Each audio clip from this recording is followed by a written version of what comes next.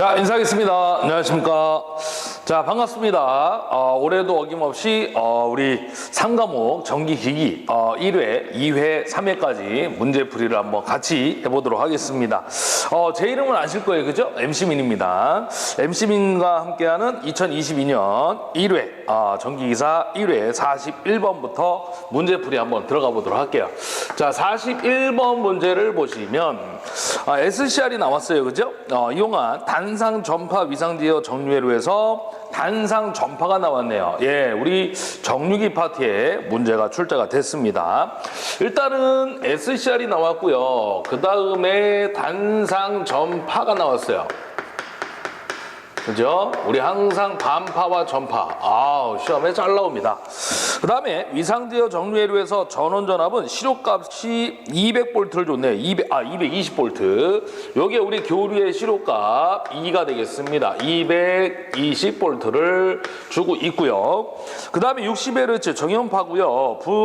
부하는 순저항으로 15mm, 15. R이 15mm 되겠습니다. R이 저항 R값이 15 주어졌고, SCR의 점호각 알파를 60도라고 했어요. 60도. 각도를 줬네요. 알파를 60도 하고 주고 있습니다. 이때 물어본 건 뭐냐면 출력 전류의 평균값을 물어봤어요. 여기서 말하는 평균값은 누구 얘기하는 거예요? 바로 직류 전류 ID 값이 얼마입니까? 하고 물어보고 있는 겁니다. 자, 그러면 우리는 ID 값은 어떻게 구하면 됩니까? 오메 법칙을 이용하시면 되는 거야. 그래서 저항 R분의 V인데 여기에 올 수 있는 전압은요, 우리가 ED라고 해가지고 직류 전압이 되겠죠. 자, 그러면 이제 저항 R 값은 줬어요. 얼마 줬냐면 10ohm을 주고 있고요. 문제는 뭐냐면 요 ED 값을 안 준 거죠. 그래서 ED 값을 여러분들이 구해주시면 됩니다. 그러면 자, 두 번째로 왔을 때 ED는 어떻게 구합니까? 라고 하면요, 우리는 알고 있어. 뭐 단상 전파를 알고 있으니까요, 공식을 외우고 계셔야 돼. 그래서 얼마냐면 0.92라고 써주시면 돼요. 일단 만약에 반파면 0.45가 되겠습니다. 지금은 전파기 때문에 반파의 2배가 돼서 0.9의 2라고 써주시면 돼. 여기서 끝나는 건 아니고요. SCR이 주어졌기 때문에 우리 SCR이 나오면요, 항상 얘를 붙여줘야 돼. 얼마? 2분의 1 플러스 코사인에 알파를 붙여주시면 됩니다. 자, 요거 이제 집어 넣으시면 돼요. 그래서 0.9에다가 이 값이 얼마냐면 220, 교류의 시료값이 되겠고요. 220V. 자, 곱하기 2분의 1 플러스 코사인 알파입니다. 그래서 코사인 아까 알파가 60도를 주고 있었죠. 60도. 이렇게 해서 계산기를 한번 눌러주시면 돼. 자, 그래서 요거 누른 값이 얼마 나오냐면요, 148.5V 나옵니다. 148.5V가 되겠네요. 148.5V. 자, 이렇게 해서 구해주시고, 이게 끝나는 게 아니죠. 이거는 직류전압을 구한 것이지 직류전압을 구한 게 아니에요. 그래서 이걸 여기다 넣으셔야 돼. 그래서 148.5V를 10으로 나눠주시면 이제 직류전류가 되시는 거예요. 그래서 14.85A. 요게 답이 되겠습니다. 자, 그래서 정답을 보시면 얼마 있냐면 4번에 있네요. 정답 4번. 요게 답이 되겠습니다. 자, 그 다음에 넘어가서 우리 42번을 한번 여기서 한번 해결해 보도록 합시다. 자, 42번을 보시면요, 직류발전기가 90% 부하가 걸렸대요. 90%. 자, 그게 하나 포인트가 되겠고요. 90% 부하가 걸려 있답니다. 자, 그런 다음에 최대 효율이 될 때 이 발전기의 전부하에 있어서 고정손과 부하손과의 비를 물어봤어요. 우리가 일단은요, n분의 1 부하시라는 조건이 나왔다는 얘기고요. 이 n분의 1 부하시가 나오면 공식이 있어요. 뭘 갖다 적용해야 되냐면 요겁니다. n분의 1 제곱은, 또는 요거를 우리는 뭐라고도 하냐면 m제곱이라고도 해요. 무슨 얘기냐면 우리가 이제 예를 들어 가지고요, 술을 둘이서 10만 원 둘이서 먹었는데 10만 원이 나온 거야. 그러면 뭐라고 얘기합니까? 혼자 다 낼 수도 있지만 좀 부담이 되니까 N빵 하자, N분의 1 하자 이렇게 얘기할 수도 있겠죠. 그죠? 뭘 먹었는데 10만 원이 나와서 둘이 처먹었는데 그죠? 아무튼 간에 그래서 N빵 하자, N분의 1 하자 똑같은 얘기입니다. 그래서 이게 역수관계가 아니라 똑같은 얘기라고 보시면 되겠고요. 그러니까 지금 부하는 90%가 걸린 거예요. 그래서 90%에 대한 고정손과 가변손의 비를 물어봤어요. 여기서 말하는 이제 비는 어떻게 들어갈 거냐면 PC분의 PI로 들어갑니다. 원래 얘가 이제 어디서 출발하는 거냐면 여기서 출발을 하죠. 우리 N분의 1 부하시에 N분의 1 부하시에 또는 우리가 얘를 갖다가 뭐라고 돼요? M 부하시에 최대 효율 조건 따지기 전에 전체 손실을 얘기할 수가 있습니다.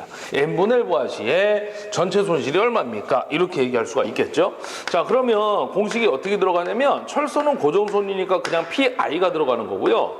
동소는 우리 항상 부하 전류의 제곱에 비례하잖아요. 그러니까 지금 부하가 얼마 걸린 거야? M 부하가 또는 N분의 1 부하가 걸렸기 때문에 N분의 1 제곱 또는 M제곱 이렇게 쓸 수가 있다는 거예요. 이게 바로 N분의 1 부하가 걸렸을 때 전체 손실이 되겠고요. 하나만 더 해볼게요. N분의 1 부하 시에 최대 효율 조건을 또 따질 때가 있어요. 최대 효율 조건. 그럼 여러분들 알겠지만 최대 효율 조건이라는 건 뭐예요? 두 놈이 같을 때예요. 그래서 PI란 놈과 PC의 N분의 1의 제곱값이 같을 때 최대율 조건이 되겠습니다. 자, 그때 요거를 요렇게 좌변을 넘겨주시면 돼. 그러면 N분의 1 제곱은 뭐예요? PC분의 PI가 되는 거야. 그래서 아까 위에 썼던 N분의 1 제곱은 PC분의 PI 하고 나왔던 거예요. 자, 그럼 지금 90% 부하가 걸렸다고 했으니까 여기가 됐든 여기가 됐든 똑같은 놈이라고 그랬잖아요. 갖다 두시면 돼. 자, 그럼 요거를 한번 다시 한번 오른쪽에다 한번 써볼게요. 그러면 90%라는 얘기는 얼마입니까? 100을 나누면 0.9가 되는 거죠. 이 부하가 이만큼 걸려 있는 거야. 그럼 제곱을 취해 주시고요. 다시 쓰면 PC분의 PI라고 쓸 수가 있겠죠. 자, 이거를 다시 한번 써볼게요. 0.9의 제곱은 얼마입니까? 0.81이 되겠죠. 그래서 0.81은 PC분의 PI 이렇게 표현을 할 수가 있다는 거죠. 자, 그럼 결국에는 뭘 물어본 거예요? 끝에 가시면 발전기의 전부하에 있어서 바로 고정손과 부하손과의 비를 물어봤어요. 그래서 고정손이 누가 되는 거냐면 바로 이 철손이 고정손이 되는 거고요. 부하손이 누가 되는 거냐면 동손이 부하손이 되시는 거야. 그래서 고정손과 부하손과의 비를 물어보고 있기 때문에 이게 그대로 답이 된다는 거죠. 그래서 0.81이 답이 되겠습니다. 그래서 정답 몇 번에 있냐면 1번 되겠죠. 1번. 여러분들 이런 것도 좀 아시면 좋은데 이게 한글 공부야. 한글 공부. 고정손과 부하손과의 비. 그래서 A와 B의 B를 갖다가 물어보잖아요. 그럼 뭐분의 뭐냐면 B분의 A가 되시는 거야. 그래서 항상 고정손과 부하손과의 B하고 물어봤으니까 PI, 그 다음에 PC분의 PI가 되는 거죠. 마찬가지예요. A와 B의 B 물어보면 A가 분자로 와야 되고요. B가 분모로 와서 B분의 A가 A와 B의 B 이렇게 얘기를 하는 겁니다. 이런 것들도 참 알아두셔야 되니까 참 그렇습니다. 그죠? 공식만 알아서는 안 돼. 자, 아무튼 간에 정답은 1번이었고요. 43번 밑에서 한번 해결을 해볼게요. 자, 정류기의 직류측 평균 전압이 직류측 전압 나왔어요. 직류측 전압. 직류측의 전압이 얼마라고 줬냐면 2000V인가요? 네. 요 놈이 2000V 이렇게 주고 있고요. 자, 그 다음에 맥동률, 리플률을 주고 있어요. 리플 벡터라고 해가지고요. 요거를 우리가 맥동률이라고 합니다. 우리말로는. 자, 3% 주고 있죠. 리플 벡터니까 이제 약자를 R이라고 표현하는 거고요. 맥동률, 리플률 같은 의미라고 보시면 돼. 그래서 거기다가 여러분들 교재에 맥동률이라고 같이 좀 적어 놓으시면 좋겠죠. 리플률을 맥동률이라고 합니다. 자, 그때 물어본 건 뭐냐면 리플 전압의 실효값 물어봤어요. 이 실효값은 항상 나오면요. 누구 얘기하는 거냐면 교류 얘기하는 거예요. 교류의 실효값을 얘기한다라고 보시면 돼요. 이거 물어본 거예요. 자, 그럼 우리 맥동률은 리플 벡터 R이라는 놈은요. 공식이 뭐예요? 이렇게 써요. 직류분의 전압분의 전압분의 무슨 분? 교류분의 전압이 되겠습니다. 교류분의 전압. 비율이라서 여기다 곱하기 100 해주시면 돼. 근데 이 공식을 외우실 필요는 없어요. 그럼 뭘 외워야 되느냐? 항상 물어보면요, 이 교류분해 전압 있죠? 요 놈을 물어보죠. 그래서 다시 이 항에서 해결을 해보면요, 교류분해 전압은 어떻게 구하면 되냐면, 맥동률 있죠? R, 리플 벡터에다가 교류분해 전압을 곱해 주시면 돼. 그래서 이 문제는요, 구구단이야, 구구단. 두 개의 값을 무조건 곱하면 답이 되는 겁니다. 그래서 기출문제에서는 항상 물어보는 게 이 교류분의 전압을 물어봅니다. 그래서 두 개 곱하면 답이 되시는 거야. 뭐 그거밖에 없어요. 뭐 예전에 뭐 리플률을 물어본 적이 있습니까? 없어요. 직류분의 전압? 없어요. 교류분의 전압만 물어봅니다. 그래서 이 교류분의 전압, 리플률, 맥동률이라는 게 의미가 뭐냐면, 교류를 직류로 바꿨을 때 그 직류분 안에 몇 프로가 교류분이 포함되어 있겠느냐, 그거를 우리가 따지는 것이 맥동률이다, 이렇게 보시면 됩니다. 자, 그래서 맥동률이 지금 몇 프로예요? 3%잖아. 그래서 0.03 곱하기 교류분의 전압이 얼마예요? 2000. 직류분의 전압이 되겠죠? 직류분의 전압. 그래서 요걸 두 개를 딱 곱해 주시면 돼요. 그래서 2000V 되겠죠. 그래서 이거 계산하면 얼마 나오는 거예요? 326 하고 나오는 거야. 그래서 거기 보시면 60V가 있죠. 6자 들어간 거. 일단 두 개 곱하면 326이니까 6자 들어간 거 찾으면 얘밖에 없어. 그래서 60V 해가지고 정답 몇 번이냐면 4번이 되겠습니다. 그래서 구구단이라고 이제 말씀드렸던 거예요. 그냥 3, 2, 6 해서, 뒤에 있는 숫자는 중요하지 않아요. 그죠? 3, 2, 6 하면 얘밖에 없잖아. 6자 들어가 있는 거. 그래서 정답 4번이 되겠고요. 자, 그 다음에 이제 44번으로 한번 들어가 볼게요. 자, 44번은 이제 그 교류정류자기라는 파트가 있는데, 그 파트 교류정류자기에서 꼭 한 문제 정도가 최근에 출제가 잘 되고 있습니다. 안 나올 때도 있는데 한 문제 정도가 나왔네요. 자, 44번을 한번 살펴보도록 합시다. 자, 보시면 단상 직권 정류자 전동기가 있고요. 얘는 이제 75W 소용량에 사용되는 뭐 소형공구, 영사기, 치과 의료용에 사용되는 전동기라고 보시면 되고요.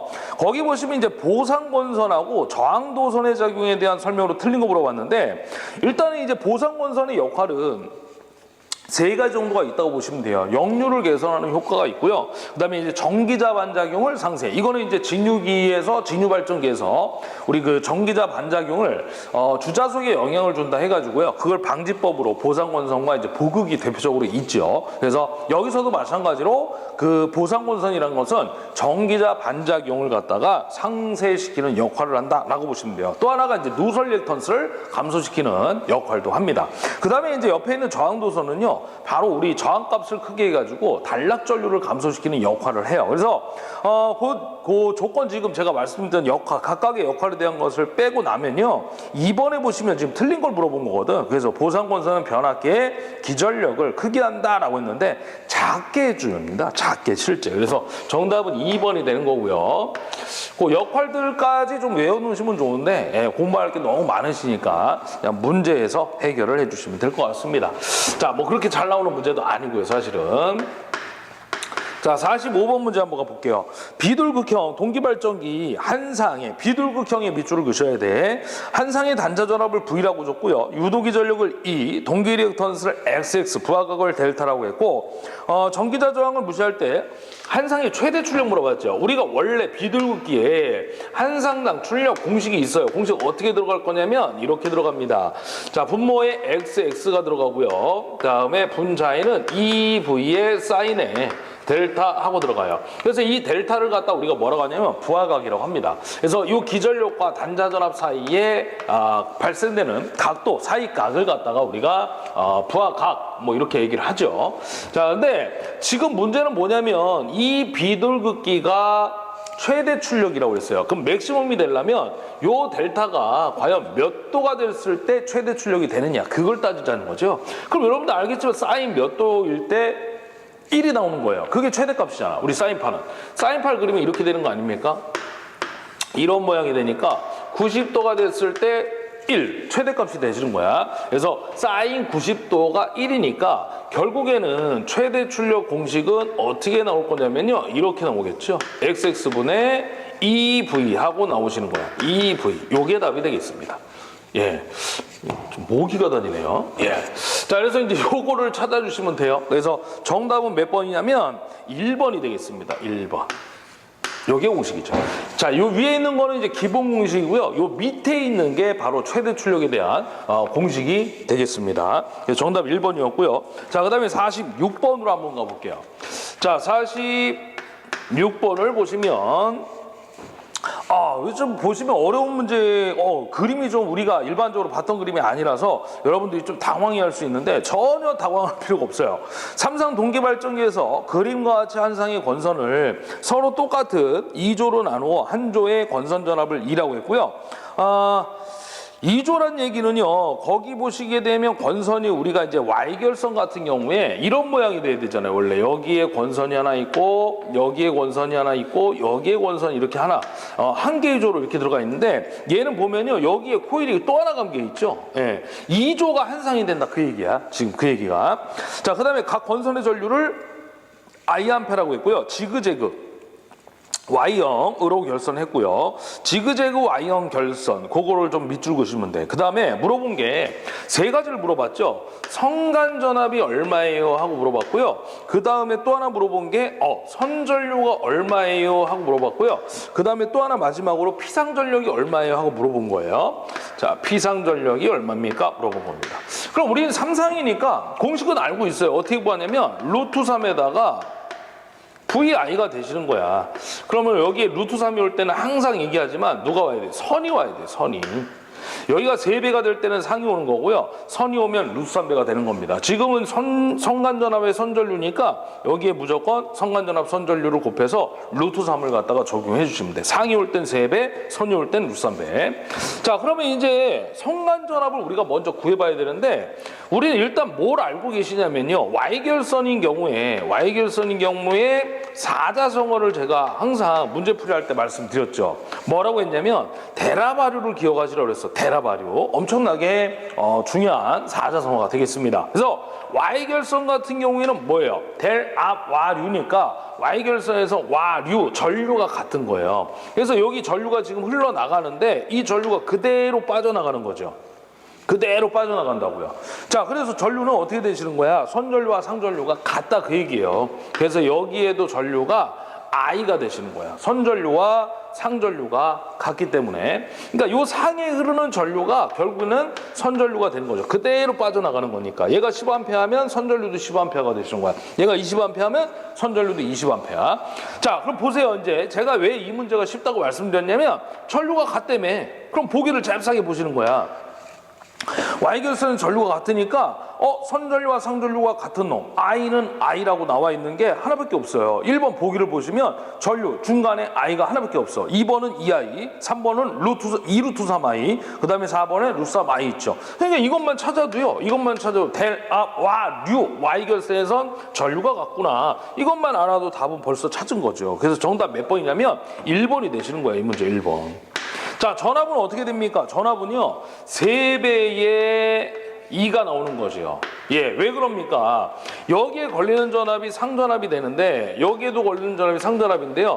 이 두 놈의 벡터 합의 크기를 구하게 되면 루트 3의 2가 나오는 거죠. 거기 보시면 이제 거기 벡터도에서 원래는 그리는 건데 그렇게 할 필요는 없고요. 그래서 이게 실제로 루트 3의 2가 나오는 겁니다. 자, 근데 이제 이거는 상전압을 구한 거잖아요. 그러면 성간전압을 구하는 거야. 우리는 여기에 지금 결선이 또 하나가 있죠. 이 밑으로 이렇게. 그러면 여기와 여기 사이에 걸리는 전압이 얼마냐는 거죠. 그게 바로 성간전압 아닙니까? 그러면 성간전압은요, 상전압이 몇 배야? 루트 3배. 그럼 얘가 어떻게 나온 거냐면 이렇게 나온 거예요. 이게 상전압이니까 루트 3의 2니까 여기다가 루트 3배를 다시 한번 잡아줘야죠. 상전압의 루트 3배. 그래야 성간이 되니까. 그래서 3배의 2가 나왔다. 이렇게 보시는 겁니다. 근데 이렇게 하지 말고 요거 하나만 딱 포인트 잡아가지고 찾아주시면 벌써 게임 끝난 거죠. 그래서 1번이 답이 되겠습니다. 자, 그럼 얘도 한번 해볼게요. 그럼 보세요. 이제 루트 3에다가요. 자, 성간전압 구해놨잖아. 얼마야? 3,2야. 3,2. 그 다음에 전류는 같죠. 그래서 얘는 뭐예요? IL이 되시는 거야. 그래서 요거 루트 3하고 3 곱하면 얼마 나오냐면 5.2 나와요. 그래서 5.2에다가 2 곱하기 I가 바로 전체 피상 전력이 된다라고 보시면 되는 겁니다. 자, 그래서 정답이 1번이었던 거고요. 자, 요거를 체크해 놓고 Y결선에서는 전류가 같구나. 대략 와류에 의해서 그것만 찾으시면 끝납니다. 자, 46번을 한번 가볼게요. 자, 요 놈이 46번이었습니다. 요 놈이 46번. 번호를 안 적었네요. 여기다 적어놨네, 여기다. 여기 밑에다가 적어놨네, 밑에다가. 자, 그 다음에 이제 이쪽으로 가서 47번 한번 가보도록 합시다. 47번은요, 다음 중 비례추이하는 전동기를 물어보고 있죠. 우리 비례추이라는 건 뭐였어요? 슬립과 2차 저항의 관계를 따지는 것이 비례추이라고 했어요. 자, 그래서 우리 슬립과 2차 저항은 항상 비례관계가 된다라는 거죠. 그래서 2차 저항이 변하면, 2차 저항이 변하면 슬립도 변하고요. 슬립이 변하면 속도와 토크가 변하죠. 그 속도와 토크의 특성 목소를 갖다가 따지는 것이 우리 비례추이다. 이렇게 얘기할 수가 있겠습니다. 자, 그러면 여기 R2라는 놈이 하나의 힌트가 되는데, 우리는 이제 삼상 유도 전동기를 보시게 되면 두 가지가 있죠. 농형과 권선형. 그래서 농형이라는 것은 회전자의 코일이 감겨 있지 않은 전동기를 농형 유도 전동기라고 얘기하는 거고요. 회전자의 코일이 감겨 있으면 권선형이라고 얘기하는 거야. 자, 그러면 회전자의 코일이 감겨 있다는 얘기는 뭐가 있다는 얘기예요? 저항이 있다는 얘기예요. 그 동성 구리선 안에는 저항이 존재하는 거죠. 그 저항을 갖다가 우리가 R2라고 해요. 그래서 항상 여러분들이 공부하실 때 2차 저항 나오면요, 누구와 무조건 연결이 되냐면 권선형하고 연결이 되는 겁니다. 그래서 비례추이라 얘기하면 결론은 누구냐? 4번에 나와 있는 권선형 유도 전동기가 답이 되시는 거야. 권선형은 코일이 감겨 있고 그 코일 내부에는 저항이 있는데 그 저항을 2차 저항 R2라고 합니다. 그래서 얘하고 얘가 비례관계죠. 그래서 2차 저항이 2배 증가하면 슬립도 2배 증가가 되시는 거야. 자, 그때 이제 속도와 토크가 변할 수가 있다는 거고요. 그 다음에 이제 또 하나는요, 2차 저항이 변할 때 최대 토크는 변하지 않아요. 항상 일정이 되겠습니다. 그래서 나중에 이제 최대 토크에 대한 문제가 나올 수 있는데, 나오면 여러분들이 2차 저항이 2배가 됐을 때 최대 토크가 몇 배냐 그러면 항상 일정하다. 이걸 찍으셔야 돼요. 결론은 뭐예요? 불변이란 얘기죠. 변하지 않아요. 왜 그러냐면 이 최대 토크 공식이 따로 있는데 그 공식을 외우지 마시고 2차 저항이 그 공식에 없어요. 존재하지 않습니다. 그래서 관계가 없습니다. 2차 저항이 변하더라도 최대 토크는 변하지 않는다. 그런 얘기입니다. 자, 그런 얘기였고요. 그 다음에 48번을 한번 풀어볼게요. 48번 문제는 일단 단자 전압이 주어졌어요. 단자 전압이 얼마냐면 200V를 주고 있고요. 단위를 생략할게요. 계좌 저항을 50Ω 줬어. 계좌 저항은 우리 RF라고 쓰시는 거죠. 자, 그 다음에 부하 전류가 50A. 자, 그 다음에 전기자 저항 줬네요. RA 값을 주고 있습니다. 0.15ohm을 주고 있고요. 전기자 반작용에는 전압강을 줬어요. 요거를 우리는 EA라고 쓰죠. 3V를 주고 있고요. 3V. 그 다음에 분권 발전기를 줬네요. 자, 그거 밑줄 그으셔야 돼. 분권 발전기. 자, 계좌와 전기자가 병렬로 연결되어 있는 발전기를 우리가 분권 발전기라고 합니다. 전격 속도로 회전하고 있고요. 이때 발전기 유도 기절 E가 물어봤죠. E가. 자, 그럼 보세요. 우리 기본식이 뭐냐면 분권 발전기 E는, 기전력 E는 V 플러스 IA의 RA가 되시는 거야. 그래서 얘가 입력, 얘가 출력, 얘가 손실이 되는 거죠. 자, 근데 여기서 이제 전기자 반작용인 전압 강화가 주어졌기 때문에 플러스 EA를 한 번 더 더해 주시면 되는 거죠. 이거 빼먹으시면 안 됩니다. 이것도 전압 강화 손실이니까 보세요. 입력은 출력 플러스 손실이 되시는 거야. 모든 주어진 손실은 다 더해줘야지 전체 입력 값이 나온다. 그 얘기죠. 자, 근데 얘가 이제 200을 줬으니까 여기다 넣으시면 돼. 자, 한번 넣어볼게요. 제가 200. 그러면 여러분들이 감이 오죠. 지금 부호가 플러스이기 때문에 기전력의 답은요, 항상 출력보다 입력이 더 커. 그래서 200보다 큰 놈이 답이 되시는 거야. 근데 보기를 보니까 다 커. 실망하지 마세요. 이제 풀어야 돼. 어쩔 수 없어. 실망하면 안 돼요. 우리가 이제 문제를 푸시다 보면 이런 것들이 보기를 봤을 때 4개 중에 2개는 얘보다 작고요. 2개가 큰 놈. 이런 문제들이 대다수야. 그래서 한번 보기를 본 겁니다. 근데 지금은 다 크니까 어쩔 수 없어요. 정확히 구하셔야 돼. 자, V 플러스고요. 그 다음에 IA를 줬는데 자, 여기서 IA가 없어. 문제 조건에 보면. 그럼 IA를 구해야 돼요. IA 어떻게 구해요? 분권이니까 나누어진 전류를 갖다가 합쳐주면 돼요. 그래서 I 플러스 IF가 되시는 거야.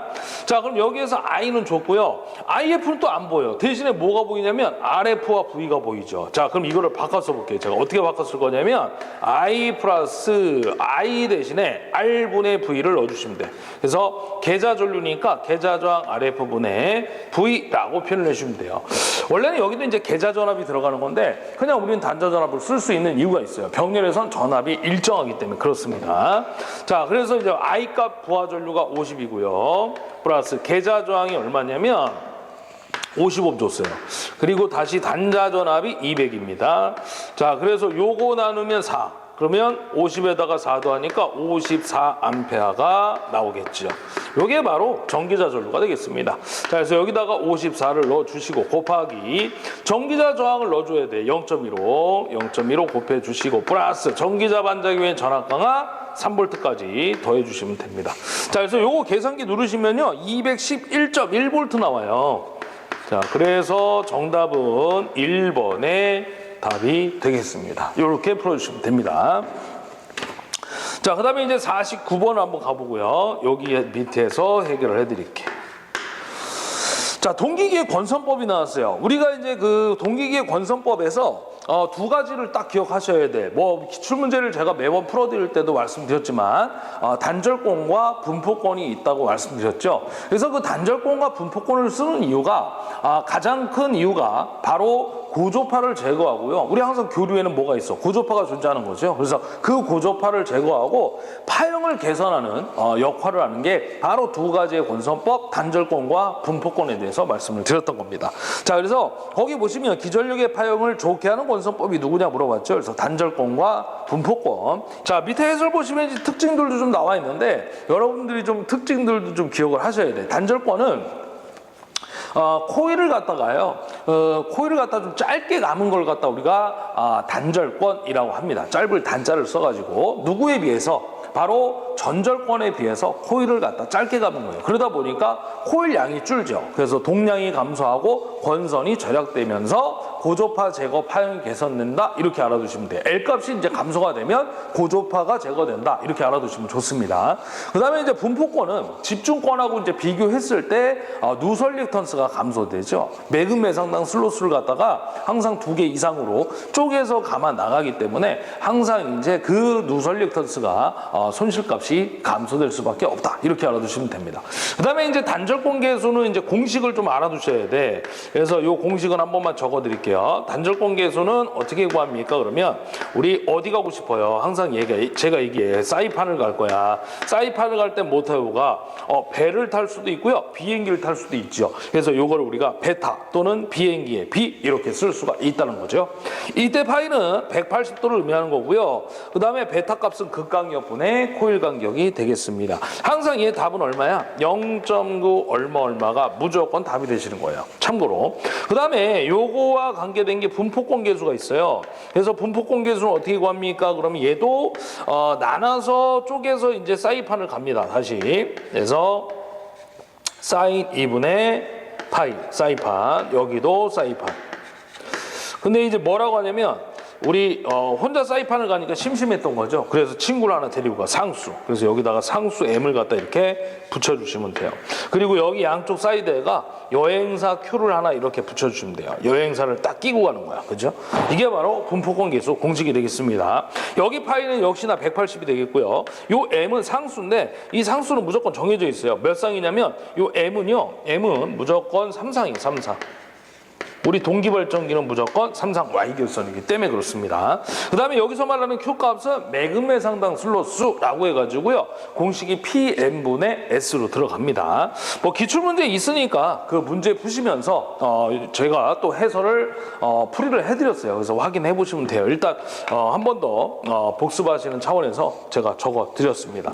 요건 항상 분자는 얼마냐면 분자값은 안 변하죠. 무조건 2분의 1이에요. 2분의 1. 계산 문제는 2분의 1 이렇게 놓고 분모만 똑같이 놓은 상태에서 계산기 누르시면 답 나옵니다. 얘도 무조건 답은 얼마야? 0.9 얼마 하고 나옵니다. 참고로 보시면 되겠고요. 자, 그래서 49번의 답은 2번이었고 50번 들어갑니다. 50번은 자, 보시면 변압기 임피던스 전압을 걸었을 때의 입력 물어봤죠. 우리 요거를 갖다 우리 소비 전력이라고 하는데 이걸 임피던스 와트라고 불러줍니다. 그래서 50번의 정답은 4번이 되겠네요.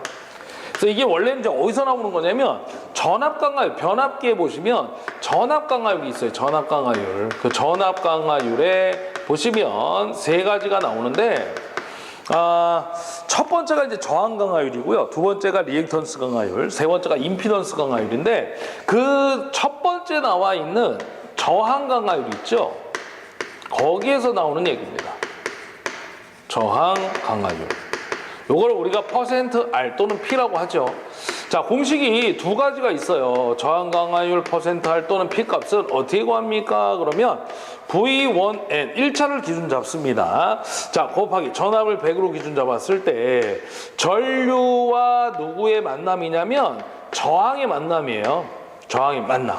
요거를 원래 2차를 1차로 환산했을 때 저항값이라고 얘기를 하는데 그냥 R1이라고 표현을 하는 거고요. 그 다음에 여기 분모 분자에다가 똑같은 전격 전류를 곱해서 요거를 우리가 정리를 해보면요. 여기에 누가 오냐면 PN이 와요. 그리고 여기에 누가 오냐면 I제곱 R 해가지고 PC가 옵니다. 그래서 변압기 용량, TR 용량을 얘기하는 거고요. 그 다음에 요 놈은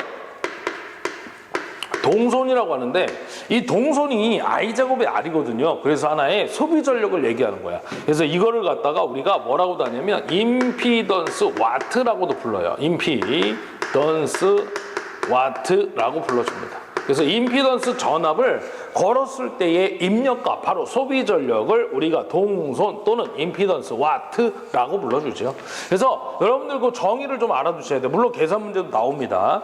공식도 알아두셔야 되지만 지금은 이 정의를 물어본 거죠. 그래서 임피던스 전압을 걸었을 때의 입력이 누구냐? 바로 동손 임피던스 와트가 되겠습니다.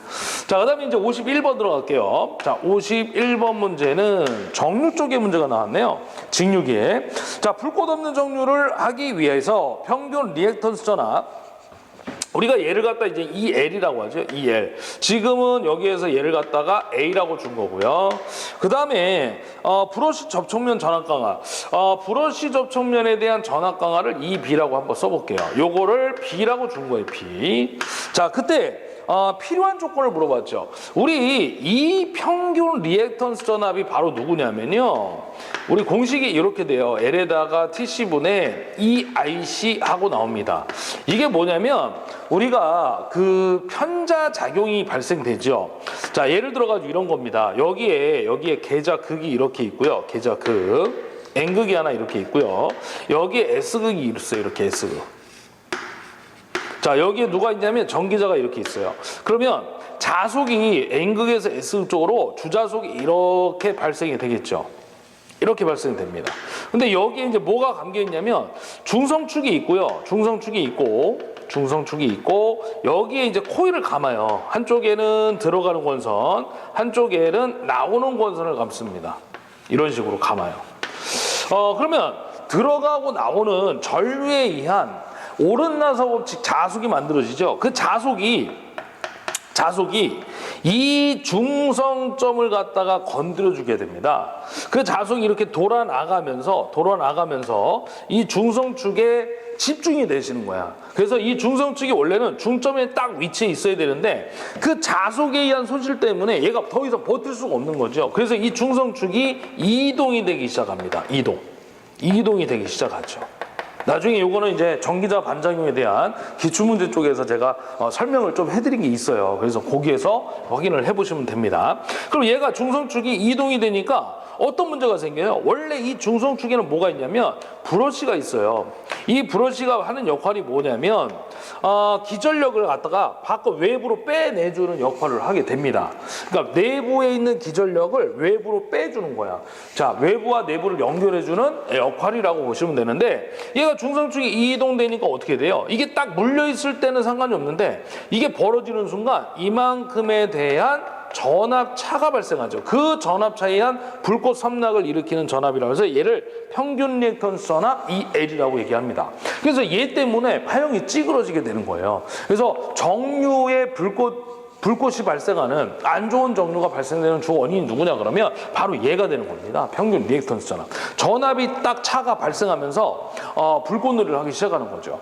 예를 들면 이런 거예요. 우리 집에 콘센트가 있지 않습니까? 그러면 콘센트의 뚜껑을 딱 열어가지고 살아있는 전선을 갖다가 붙였다 뗐다 붙였다 뗐다 봐. 그럼 불꽃이 튀죠. 그게 딱 물려있을 때는 아무런 반응이 없는데, 문제가 없는데 붙였다 뗐다 이게 벌어지는 순간 아크가 튄다 그 얘기예요. 그래서 그 아크, 그 불꽃 때문에 파형이 찌그러지게 된다라고 여러분들이 기억을 해주시면 됩니다. 그럼 결국에는 이 평균 리액턴스 전압을 어떻게 해야 된다는 얘기예요. 얘를 크게 하면 크게 할수록 불꽃이 많이 일어나는 거야. 파형이 찌그러지는 거죠. 그래서 얘를 무조건 줄여줘야 돼. 그래서 L 값도 줄여줘야 되고요. 얘하고 얘가 반비례니까 정류 주기는 길게 해줘야 되고, 이런 내용들이 뭐 양호한 정류를 얻기 위한 방법 해가지고 나오는 얘기들이 되겠습니다. 자, 그러면 결론 나왔죠? 이 평균 리액턴스 전압이라고 하는 EL 값은요, 무조건 어떻게 되는 거야? 작게 해줘야 되는 거예요. 불꽃을 일으키는 안 좋은 전압이라고요. 그래서 부등호 표시가 이렇게 들어가야 돼, 이렇게. 그래서 B가 항상 A보다 커야 된다. A가 B보다 작아야 된다. 그 얘기입니다. 자, 그래서 정답 몇 번이 있냐면 2번이 되겠죠. 2번. 그래서 이때 필요한 게 이제 우리가 보극이 되겠죠. 이 편자작용에 의한 중성축이 이동하는 것을 막아주는 걸 우리가 보극이라고 합니다. 그래서 그 보극을 설치해서 전압차를 줄여주고요, 양호한 상태의 정류를 얻게 된다라고 해가지고 그걸 네 글자로 전압정류 역할이다라고도 얘기를 합니다. 자, 그런 문제들도 사실 있고요. 자, 그다음 넘어가가지고요 52번 한번 가볼게요. 자, 52번을 보시게 되면 잘 출제가 되지 않는 공식이 이제 좀 나왔는데, 요거는 요렇게 제가 설명을 끝내드릴게요. 아주 간단합니다. 유도전동계 한극당 자속이 파이고요. 2차 유효전류가 I2 코사인 세타, 그 다음에 토크 T의 관계로 옳은 거 물어봤어요. 여러분들 직류기 때 공식을 좀 기억하시면 되는데, 우리 직류기에서 나오는 토크의 공식이 이런 식이 있죠. K파이의 IA가 되겠습니다. 원래는 이게 어디서 출발이 된 거냐면 여기서 출발이 된 거죠. 우리가 이제 이런 식이 있어요. 뭐 제가 설명을 이제 이런 문제가 나오면 설명을 해드리는데, 이걸 우리가 문제 하나 가지고 다 전체적인 걸 설명할 수는 없거든요. 자, 그래서 2파이 A분의 피자 파이의 IA라는 공식이 있어요. 얘는 단위가 이제 뉴턴 메타고요. 중권이나 파권 이런 내용들이 나오면 중권일 때는 A하고 P가 같아서 약분이 되시는 거야. 근데 파권일 때는 우리가 A가 얼마예요? 병렬의 수가 항상 2개예요. 쪼꼬파 2로 암기를 하시면 됩니다. 그래서 여기 2파이 A, P자 있죠? 요 놈들은요, 예, 변하지 않는 하나의 상수야. 그래서 상수 K로 놓고 나머지를 갖다 이렇게 붙여 놓은 거예요. 그럼 결국에는 유도기가 됐든 우리 그 직류기가 됐든 결국엔 보세요. K는 상순위가 날리면, 자, 토크 T하고요, 파이하고요, IA는 무슨 관계냐? 비례 관계가 성립되는 거죠. 그래서 이 관계만 찾아주시면 돼. 그래서 파이하고 I하고 같이 비례 관계로 들어가 있는 거 보시면 일단 3번, 4번은 나가리죠. 왜? 분의 1이잖아. 역수관계잖아요. 그래서 반비례니까 얘는 문제가 되겠고요. 틀린 답이 되겠고요. 2번에 보시면 제곱이 들어가 있어. 제곱 없어요. 그래서 정답은 몇 번이냐면 1번이 답이 되시는 거야. 자, 요걸로 접근을 하시면 조금 쉽습니다. 근데 이제 똑같은데 우리가 이제 유도기는 교류기 때문에 코사인까지 들어가는 거예요. 코사인까지. 직류는 이제 그 유효분, 무효분, 피상분 이런 게 없지 않습니까? 실수. 항상 밑변에만 존재하기 때문에 그렇습니다. 자, 그 다음에 53번으로 들어가고요. 자, 회전자가 슬립 S로 회전하고 있을 때 고정자와 회전자의 시력 권수비를 알파라고 한대요. 고정자 기전력 E1과 회전자 기전력 E2S와의 비를 물어봤죠. 얘는 무조건 어떻게 나오는 거냐면 정지시의 권수비가 있어요. 원래 정지시의 권수비를 원래는 이제 구해가지고 결국에는 우리가 이거를 알파라고 해요. 회전시의 권수비까지 우리가 표현을 할 수가 있다는 겁니다. 요거를 우리가 알파 다시라고 넣죠. 정지시의 권수비는요, 권수비는 우리가 항상 얘기하지만 기전력 비예요. 그래서 E2분의 E1으로 들어가는 거예요. 자, 그러면 동기계의 기전력이든 유도계의 기전력이든 똑같습니다. 그래서 4.44 K 오메가 2 F에다가 N2 파이 하고 들어가는 거고요. E1도 마찬가지야. 4.44 K 오메가 1에다가 FN1의 파이가 되시는 거야. 그래서 얘네들을 다 약분시키고 나면요, 남는 게 누구 남냐면 그냥 구경만 하세요. K 오메가 2 N2분의 K 오메가 1의 N1이 남게 되는 거죠. 요 놈을 갖다 우리가 뭐라고 하는 거야? 정지시의 권수비 알파라고 부르는 거예요. 그럼 회전시의 권수비는 어떻게 들어가냐면 이렇게 변해요. E2S분의 E1 이렇게 표현을 합니다. 우리가 회전시의 권수비를. 자, 그러면 똑같죠. E1은 어떻게 들어갑니까? 그러면 4.44 K 오메가 1에다가 FN1의 파이가 되는 거고요. 우리 E2, S를 뺀 E2만 써볼까요? 그럼 그대로 쓰면 돼요. 4.44 K 오메가 2 F에 N2 파이가 되시는데 우리가 항상 회전시는요, 요거를 갖다 우리가 정지시의 기전력 E2라고 하거든요. 그럼 여기에다가 뭘 곱해야 되냐? S를만 곱해주면 돼. 이게 이제 슬립 공식에서 나오죠. 슬립 공식. 우리 슬립 공식 제가 하나만 써드릴게. E2분의 E2S 이렇게 표현이 돼요. 그래서 얘를 갖다 우리가 회전시의 기전력, 얘를 정지시의 기전력. 그럼 E2S는 뭐야? SE2가 되는 거죠. 그래서 E2S는 SE2라고 쓸 수가 있다는 거고요. 자, 그럼 여기에서 4.44 역시 약분을 시켜버리고 주파수 날리고 자속도 날리면 이렇게 나오죠. SK 오메가 2 N2분의 K 오메가 1의 N1이 나오는 거죠. 이때 S를 뺀 나머지가 누구냐면 얘 정지시 권수비. 그래서 요게 S분의 알파하고 나오는 거예요. 자, 이게 이제 제가 알려드리면 기출문제에 두 문제가 있거든요. 두 문제가. 그래서 첫 번째 답이 요거고요. 두 번째 답이 요건데 요번 시험 문제가 요 놈이 나온 겁니다. S분의 알파. 그래서 여러분들 이거 기억하실 때는 계산 문제가 없어. 공식만 나와요. 그 요 S가 분모에 있는 것만 일단 찾으세요. 예, 기억이 잘 안 나면 S가 무조건 분모에 있는 거를 먼저 찾아주셔야 돼. 그래서 예전에 이걸 어떻게 했냐면 요번에 그 SSG가 우승을 하지 않았습니까? 그쵸? 근데 예전에는 지금 야구 얘기하는 거예요. 예전에는요 SSG 하기 전에 그 이름이 구단 이름이 SK였습니다. 근데 SK가 김성근 감독님이 그 나가고 나서 이제 그 뭐죠? 순위가 밑바닥에 있었죠. 그래서 인천의 야구팬이 SK인데 인천의 야구팬이 분노를 하고 있었어요. 그래서 여기 보시면 분노의 SK, 그죠? 분모의 SK 이렇게 이제 암기를 했던 건데 어찌됐든 간에 S가 분모에 있는 거를 찾아주시면 돼요. 자, 그래서 공식이 두 문제가 있다는 거. 그래서 정답은 3번이 되겠습니다. 3번. 예. 자, 그 다음에 이제 54번으로 갑니다. 자, 이 54번도 계산 문제, 뭐 단답형 문제 다 출제가 되는 파트가 되겠습니다. 중요한 공식이고요.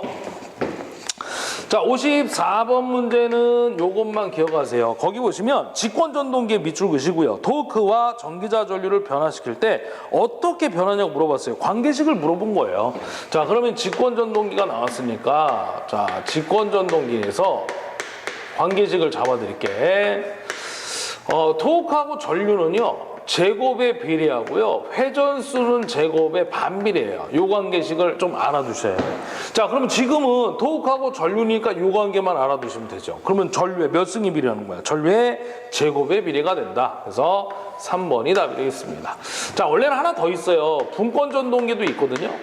이 분권 전동기가 나오면 항상 여기 제곱에 있는 걸 빼주시면 돼요. 그래서 전류하고는 1승에 비례하고요. 회전수는 1승에 반비례가 되시는 거야. 근데 둘 중에 누가 더 잘 나오냐면 직권이 훨씬 더 잘 나옵니다. 시험에. 기출문제도 훨씬 더 많이 나왔던 거고요. 그래서 이 비례식을 가지고 푸는 계산 문제도 있습니다. 그래서 그런 문제들을 같이 좀 보시면 제가 설명을 해드립니다. 기출문제 쪽에서. 자, 그래서 정답은 3번이었고요. 그 다음에 이제 55번 한번 가볼게요. 55번도 아주 잘 나오는 파트가 또 나온 거죠.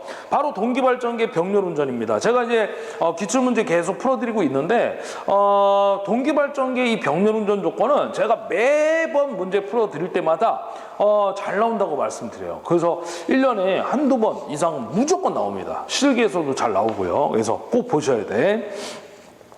자, 동기발전기 병렬운전 중 유도기 전력의 미상차로 인하여 발생하는 현상으로 옳은 거 물어봤죠. 미상차에 밑줄 그셔야 돼요. 일단은 동기발전기의 병렬운전 조건을 기억하셔야 되는데 이 병렬운전 조건은 어떻게 암기를 하시면 되냐면요. 키위주 곱하를 기억하셔야 돼요. 키위주 곱하. 그래서 첫 번째가 뭐냐면 기전력의 크기가 같아야 되겠죠. 네. 자, 기전력의 크기가 같을 것. 이게 첫 번째 조건이 되겠습니다. 자, 두 번째는요. 기전력의 위상이 같아야 되고요. 세 번째가 바로 기전력의 주파수가 일치가 돼야 됩니다. 주파수가 같아야 되겠고요. 자, 그 다음에 네 번째는 뭐냐면 기전력의 파형이 같아야 돼요. 파형이 일치해야 된다. 뭐 같을 것. 자, 다섯 번째는 상회전 방향이 일치해야 되죠. 상회전 방향이 일치할 것. 네, 이렇게 정리를 할 수가 있겠습니다. 그래서 요거를 암기하실 때는 이렇게 외우시는 거야. 그래서 키위주 판데 고가 없죠. 요 고가 뭐야? 레츠고 방향이야, 방향. 그래서 키위주 고파. 고는 방향. 자, 그래서 지금은 위상인데 다 적어 드릴게요. 크기가 같지 않으면요. 무효순환 전류가 발생해요. 우리 L을 통과하는 무효순환 전류가 발생이 된다라고 하죠. 이 순환 전류는 항상 좋은 게 아닙니다. 네. 계속해서 통과 회로를 부하 쪽으로 가는 게 아니라 두 발전기 사이에서 계속 도는 전류야. 횡류라고 하죠. 무효 횡류. 그래서 열을 동반하는 전류가 되겠습니다. 빠져나가지 못하는 거죠. 자, 위상차가 발생하면, 위상차가 존재하면 우리 유효순환 전류. 우리 위상이라는 거는 누굴 얘기하는 거냐면 코사이세타 얘기하는 거예요. 그래서 유효순환 전류가 발생이 된다는 거죠. 이거를 우리는 다른 말로 뭐라 그래? 동기화 전류. 그래서 지금 보시게 되면 정답이 몇 번이냐면 2번이 되시는 거예요. 2번. 동기화 전류. 이거를 동기화 전류라고도 불러요. 같은 말입니다. 자, 주파수가 같지 않으면 뭐가 발생해? 난조가 발생하죠. 그래서 이거 이제 방지법이 누구냐 그러면 제동건설입니다. 제동건설. 이렇게 들어가죠. 그 다음에 이제 파형이 같지 않으면 고조파 순환전류가 흐르게 되고요. 고조파 순환전류 발생하고요. 자, 요 정도를 여러분들이 봐주시면 되겠습니다. 이게 바로 동기발전기의 병렬운전 조건이 되시는 거야. 물론 이제 조건이 아닌 것을 물어봤을 때 대표적인 답이 항상 말씀드렸던 누구예요? 용량과 출력이 답이죠. 뭐 직류발전기가 됐든 동기발전기가 됐든 변압기가 됐든 병렬운전 조건이 나왔을 때 아닌 걸 물어보면 용량 출력이 무조건 답입니다. 자, 그 다음에 이제 56번 한번 가볼게요. 자, 이 56번도 공식이 되게 뭐 많이 보기에 있는데 다 필요 없고요. 하나만 기억을 하시면 돼요. 딱 하나만. 그러면 답은 찾을 수 있습니다. 자, 어떻게 찾냐면 삼상 유도기 일단 문제 읽어볼게요. 기계적 출력 P0에 대한 변환식으로 옳은 거 물어봤는데 2차 입력은 P2고요. 이거를 이제 P2를 P2입력이라고 좀 읽어주시면 좋아요. P2는 이게 입력인지 출력인지 헷갈려요. 그래서 P2입력이라고 읽어주시면 안 헷갈립니다. P0가 실제 출력입니다. 아웃의 출력. 자, 2차 동선이 PC2고요. 동기속도가 NS, 회전자속도 N, 슬립이 S래요. 자, 서로 간에 이제 관계식이 있는데 이걸 아시려면 원래는 슬립 공식부터 알고 계셔야 이게 공식이 나와요. 공식이 이거예요. NS분의 NS-N이고요. 그 다음에 아까 한번 적어드렸던 E2분의 E2S가 되겠고요. 그 다음에 F2분의 F2S가 되겠고요. 그 다음 마지막으로 P2분의 P2C가 요게 바로 슬립의 네 번째 공식이 되시는 거예요. 그래서 이 네 가지 공식은 다 암기를 하고 계셔야 돼요. 자, 그러면 여기에서 이제 말하는 출력을 한번 볼 건데, 우리 이런 거 한번 해볼게요. 출력이란 값은, 자, 입력에다가 손실을 어떻게 하면 돼요? 빼주면 되는 거죠. 자, 그럼 보세요. 여기서 말하는 출력은 누구였냐면 P0야. 입력은 누구예요? 아까 P2 입력으로 읽어달라고 그랬고요. 손실은 P2C 또는 PC2가 되는 겁니다. 2차 동선이 손실이 되는 거죠. 자, 그럼 여기에서 요것만 가지고 답을 찾을 수가 있어요. 자, 지금 출력은 입력에다 손실을 어떻게 했어? 빼주면 된다고 그랬어요. 빼주면. 그러면 요거 마이너스 들어가 있는 거, 요거 마이너스 들어가 있는 거 찾으시면 몇 번밖에 없냐면요. 3번밖에 없어. 3번밖에. 그래서 정답이 관계되는 공식은 3번이 되는 겁니다. 물론 이제 답은 이렇게 찾지만 나머지 식들도 어떻게 나오는지 한번 따져볼게요. 자, 우리가 요 P2C를 SP2로 바꿀 수 있죠. 여기다가 SP2로 바꾸면 돼, SP2. 자, 그럼 P2가 공통이니까 묶어버리면 1-S에 P2라고 쓸 수 있고요.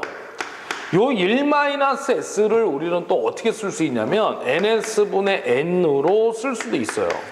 P2. 왜 그럽니까? 회전자의 속도 공식이 하나 더 있거든요. 그래서 공식이 1-S에 NS예요. 이거 어떻게 나오는 거냐면 요 식에서 이항해 주시면 돼. 그래서 요 식에서 N을 끄집어내면 요렇게 이항이 됩니다. 그럼 요거를 요렇게 넘기면요. NS분의 N은 누구야? 1-S. 그래서 NS분의 N이 1-S와 같기 때문에 이렇게 변형을 할 수가 있다는 거죠. 자, 그 다음에 하나만 더 해볼게요. 여기에서 여기 P2 있잖아. 얘하고 얘 자리를 바꿔봐. 그러면 P2는 S분의 P2C가 돼요. 여기다 넣는 거예요. S분의 P2C. 자, 그래서 이걸 정리하면 이렇게 되죠. S분의 1-S에 P2C. 이렇게도 쓸 수가 있다는 겁니다. 그래서 3번을 보시면 요거 P2- P2C 있고요. 그 다음에 P2- 요 SP2로 바꿔서 쓰면 P2- SP2 이렇게 쓸 수 있고요. NS분의 NP2 있고요. 그 다음에 1-S P2가 있죠. 그래서 요게 이제 정답은 3번인데 사실은 요것만 알아도 답은 찾을 수 있었다. 뭐 이런 얘기입니다. 자, 그 다음에 이제 57번 문제 한번 가볼게요. 자, 57번은요. 변압기 등가위로 구성에 필요한 시험이 아닌 거 물어봤는데 우리 변압기에 등가위로를 그리려면 등가위로 어떻게 그리냐면 이런 그림이죠. 우리 변압기는 항상 1차와 2차가 있는 거니까 등가위로 그리면 이렇게 돼요. 여기 R이 있고요. 여기 L이 있고요. 여기에 권수 1차 권수 N1이 있고요. 자, 여기에 2차 권수 있고요. 그 다음에 2차 저항이 있고요. 2차 리액턴스가 이렇게 있는 겁니다. 자, 그래서 여기 이제 R1, 뭐 이게 X1, 여기 N1, 여기 N2, 여기 R2, 여기 X2 이렇게 되는 거죠. 자, 여기에는 이제 V1이 있고요. 여기에 I1이 흘러가고 여기에 I2가 흘러가고 여기 이제 부하를 걸면 단자전화 V2가 발생이 되는 거죠. 이런 그림을 등가위로로 합니다. 그러면 문제는 뭐냐면 이 등가위로를 값을 알아야 얘네들의 각각에 대한 값을 알려면 실험이 있어요. 그거에 대한 실험. 그 실험을 갖다가 변압기의 등가위로 작성 시 필요한 시험 이렇게 얘기합니다. 그래서 세 가지가 있어요. 이거 좀 기억을 하고 계시면 좋아요. 권선의 저항 측정 시험이 있고요. 저항 측정 시험이 있고요. 두 번째가 이제 요 2차 측을 갖다가 개방시키는 거예요. 이거를 우리가 뭐라고 그래? 2차가 부하 측인데 개방이 되면 부하가 안 걸리는 거죠. 그래서 무부하 시험 또는 개방 시험이라고 합니다. 자, 그 다음에 2차를 달라간 상태에서 전류를 흘렸을 때 동선이라든지 임피던스에 대한 값들을 구하는 단락 시험이 있겠죠. 이게 바로 우리 변압기의 등가위로를 그릴 때 필요한 시험 세 가지가 되겠습니다. 자, 그래서 지금 문제 보시면 시험이 아닌 거 물어봤잖아요. 그래서 권선의 저항 측정 4번에 있고요. 무부하 개방 시험이 3번에 있고요. 단락 시험 1번에 있죠. 그래서 그걸 뺀 나머지 2번이 답이 되겠습니다. 이런 시험은 없죠. 그래서 등가위로에 필요한 시험은 세 가지가 되겠다. 이렇게 알아두시면 됩니다.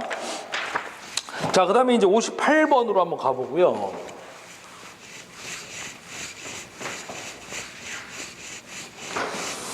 자, 58번 문제는 지금 보시면 단권 변압기가 나왔는데 단권 변압기는 원래 이제 세 가지가 있습니다. Y결선과 V결선과 델타결선. 자, 지금은 이제 단권 변압기 두 대를 V결선, V결선 나왔고요. 단권 변압기 V결선에 밑줄을 그으셔야 돼. 자, 2000V에서 2200V로 승합을 했고요. 200kV 삼성바의 전력을 공급한대요. 단권 변압기 한 대 용량을 물어봤습니다. 자, 일단은요, 단권 변압기가 나왔고 건선이 뭐 홀단자를 써가지고 하나로 이루어져 있는 변압기를 단권 변압기라 합니다. 근데 자, V결선이죠. 두 가지가 번갈아 가면서 좀 잘 나오는데요. Y결선과 V결선입니다. 아무 말이 없으면 Y결선이고요. 자, 이 V결선은 어떻게 구하냐면 공식이 있죠. 부하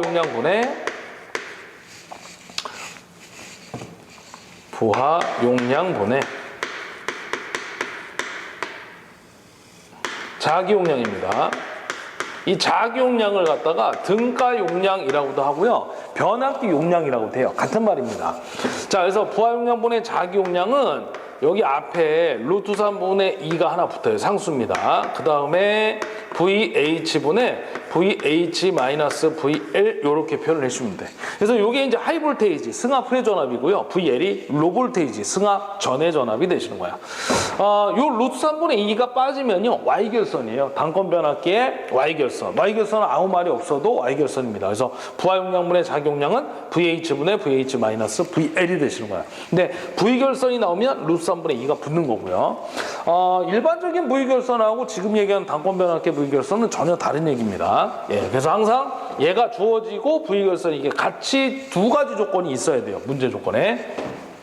자, 물어본 거는 지금 변압기 용량을 물어봤어요. 그 결국에는 자기 용량을 물어본 거죠. 근데 이 자기 용량이 변압기 용량인데 이 자기 용량이라는 것은 몇 대에 대한 값이에요. 두 대분에 대한 용량이 되시는 거야. V결선은 두 대니까. 그러면 한 대 용량을 물어봤잖아요. 그러면 한 대 용량을 구하려면 어떻게 하면 되냐면 한 번 더 계산을 해주셔야 돼.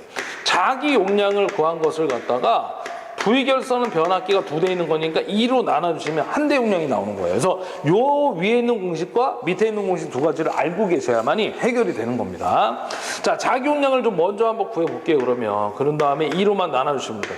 자, 그럼 자기 용량 어떻게 구해요? 자, 요거 넘겨가지고 나누기 넘어가면 뭐야? 곱하기니까 곱해주면 끝나. 자, 그래서 자기 용량은 루트 3분의 2에다가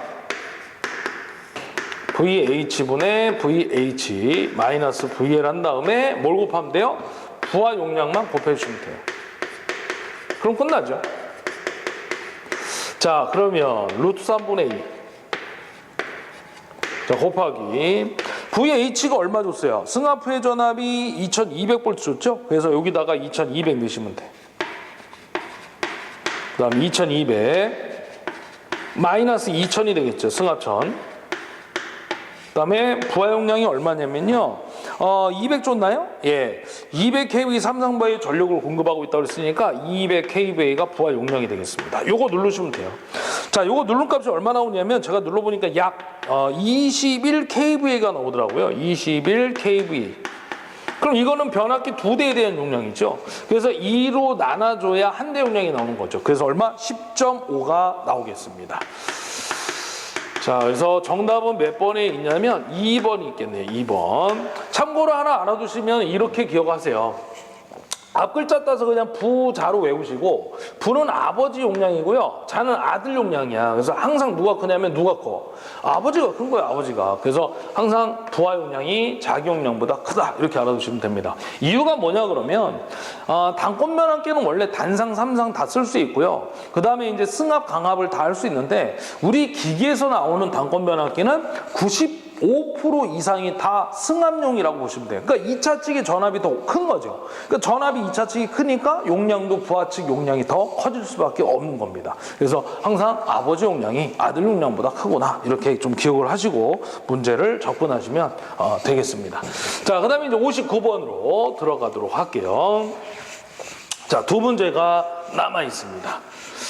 자, 59번 문제도 보시면 이제 변압기 쪽 문제인데 자, 권수비가 A를 해가지고 220분에 6600 줬어요. 항상 권수배는요, 위에가 2차분의 1차니까 위에가 1차, 밑에가 분모가 2차라고 보시면 돼요. 주파수가 60Hz고요. 철심의 단면적이 0.02 메타의 제곱, 최대 자속 밀도가 이제 B값인데 1.2 웨버 퍼 메타의 제곱 줬고요. 변압기 1차 측 유도기 전력으로 물어봤어요. 자, 나왔어. 변압기의 1차 측의 유도기 전력 이 원을 어떻게 구하냐면, 자, 공식을 알고 계셔야지. 4.44 Fn의 파이가 되는데, 여기도 이제 당연히 1차니까 1차 권수가 와야 돼요. 자, 2차가 오면 2차가 와야 되고요. 1차가 오면 1차가 와야 됩니다. 근데 이 파이를 바꿨으면 이렇게 쓸 수 있죠. 4.44에다가 Fn1에다가요. BS로 바꿔 쓸 수가 있어요. 자소밀도비는 S분의 파이니까 파이는 BS로 표현할 수가 있겠습니다. 자, 그대로 한번 구해볼게요. 이제 4점 대입만 하시면 돼. 자, 주파수 아까 60Hz 줬고요. 그 다음에 1차 권수는 어떤 거예요? 분자에 있는 게 1차 권수가 되시는 거야. 자, 권수비를 보시면 얼마분에 얼마 줬어요? 220분에 6600 줬죠? 그래서 요게 1차 권수 N1이 되는 거고요. 요게 2차 권수 N2가 되는 거예요. 2차분의 1차니까. 그래서 6600을 넣어주시면 돼요. 우리는 1차 권수가 필요한 거니까요. 자, 그 다음에 자속 밀도가 1.2를 줬고요. 면적이 얼마냐면 철심의 면적이 0.02 주고 있어요. 자, 그래서 단위는 잘 보셔야 돼. 지금 단위는 이제 다 메타의 제곱으로 주고 있기 때문에 웨버 퍼 메타의 제곱, 메타의 제곱 다 기본 단위죠. 그래서 그대로 들어갑니다. 자, 요거 누르시면요. 42,000 얼마냐면 197.76V 나와요. 계산기가 이렇게 눌러주시면 나오는데, 요거에 이제 근사치를 찾게 되면 3번에 있죠. 42198, 42,198V에서 3번의 답이 되겠습니다. 자, 한번 눌러보시고, 자, 마지막 문제 들어갑니다. 60번.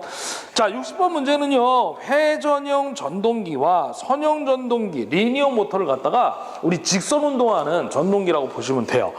비교한 설명으로 틀린 거 물어봤는데, 2번, 3번, 4번 보시면 다 맞는 얘기예요. 선형의 경우 직접적으로 직선 운동을 얻을 수 있고요. 선형의 경우 회전형에 비해서 부하 간성의 영향이 크겠죠. 직선으로 가는, 직선 왕복 운동을 하는 거니까. 그 다음에 선형의 경우는 전원의 상순선을 바꿔 이동 방향을 변경한다. 우리 이렇게 생각하시면 돼요. 우리 그 3상 중 2상을 바꾸면 정역 운전이 되잖아요. 예, 그거라고 생각하시면 됩니다. 우리 호이스트 같은 경우도 다 정역이거든요. 우리 물건 올렸다 내렸다 할 수 있잖아요. 호이스트 가지고. 그래서 정회전, 역회전. 그죠? 그걸 이제 상을 바꾸는 거예요. 그래서 역상을 이용해 가지고 우리가 이제 가구 오구를 하는 겁니다. 직선 완복 운동을 할 수가 있다는 거죠. 자, 그래서 관계가 없는 건요. 틀린 건 1번이 답이 되시는 거예요. 1번. 자, 그래서 여기까지 해가지고 기기 우리 1회 20문제를 풀어봤고요. 저는 이번 시간 여기까지 해서 마무리 짓고 2회 때 만나 뵙도록 하겠습니다. 자, 1회 시험 보느냐고 고생 많으셨고 좋은 결과 있으시길 바라면서 저는 2회 문제풀이 넘어가도록 하겠습니다. 자, 인사하겠습니다. 수고하셨습니다.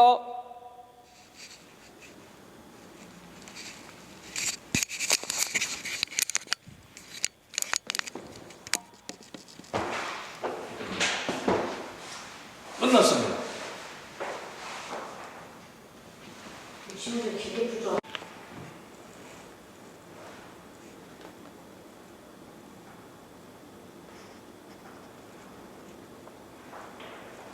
자, 인사하겠습니다. 안녕하십니까. 자, 이번 시간에는 이제 2회 문제 같이 한번 또 볼게요. 자, 3과목이 되겠고요. 문제 41번부터 들어가도록 하겠습니다. 자, 41번 문제는요. 단상면압기 무부하 상태에서 V1은 200사인 오메가 T 플러스 30도라고 주고 있어요. 자, 전압이 주어졌고요. 그 다음에 I0를 줬죠. I1이 아니라 I0로 준 이유는요. 다른 의미는 없고요. 변압기가 무부하 상태이기 때문에 변압기에 흐르는 무부하 전류를 우리가 I0로 표현을 합니다. 그래서 I0를 줬는데 얼마 줬냐면 3사인 오메가 T 플러스 60도 플러스 0.7사인의 3 오메가 T 플러스 180도 암페아가 주어졌네요. 근데 이제 오메가 앞에 숫자가 아무것도 없으면 1이 존재하는 거라서 1고조파를 의미하는 거고요. 3 오메가 T, 오메가 앞에 3자가 붙으면 3고조파가 되겠습니다. 만약에 오메가 앞에 5자가 붙어 있으면 5고조파가 되시는 거야. 자, 근데 이제 우리가 이 문제는 사실은 여러분들 회로에 이제 이 회로 문제라고 보시면 돼요. 단지 변압기라고 줬기 때문에 3과목에 이제 들어가 있긴 한데 이 문제는 사실은 회로 문제에 가깝습니다. 여러분들 그 비정연파 있죠? 그 파트에서 배우셨던 거예요. 그래서 이제 보시면 무브화소는 야 몇 와트인가 물어봤는데 자 P0라고 이제 쓸 수가 있겠죠. 무브화소에 대한 와트니까. 그러면 요거는 우리가 어떻게 쓰냐면 V1에다가 P는 유효전력이잖아요. 단위가 얘가 와트잖아요 지금. 그래서 VI의 코사인 세타가 기본식이 되시는 거야 유효전력. 근데 여기에서는 전류가 누가 들어가야 돼요? 무브화시니까 I0가 들어가는 거고요. 그리고 코사인 세타를 잡아주시면 되는 겁니다. 이게 바로 철선에 대한 무브화선에 대한 와트 값이라고 보시면 돼요. 자, 근데 이제 문제는 뭐냐면 우리가 이제 회로 시간에도 배우셨겠지만 그 고조파 성분이 전압과 전류의 고조파 성분이 같은 차수만 곱을해서 전력을 구하는 거죠. 만약에 전압 쪽에는 고조파 차수가 없고 전류 쪽에는 고조파 차수가 있으면 얘는 전력값이 존재할 수가 없습니다. 그래서 같은 고조파 차수에 대해서만 여러분들이 곱해 주시면 되시는 거고요. 이때 얘네들의 값은 다 무슨 값이냐 그러면 무조건 실효값이에요. 실효값. 자, 근데 거기 보시게 되면 주어진 값들이 다 누구야? 최대값이죠. 우리가 항상 말씀드리지만 전압 순식값을 쓰면요. VM에다가 사인에 자 오메가 T 이렇게 쓰죠. 이 사인 앞에 있는 값이 다 무슨 값이냐면 최대값이 되신 거야. 그럼 우리는 정연파를 얘기했을 적에 실값을 어떻게 구하는 거예요? 얘를 최대값을 무조건 루트 2로만 나눠주시면 돼. 그것만 하면 돼요. 자, 그러면 한번 해볼게요.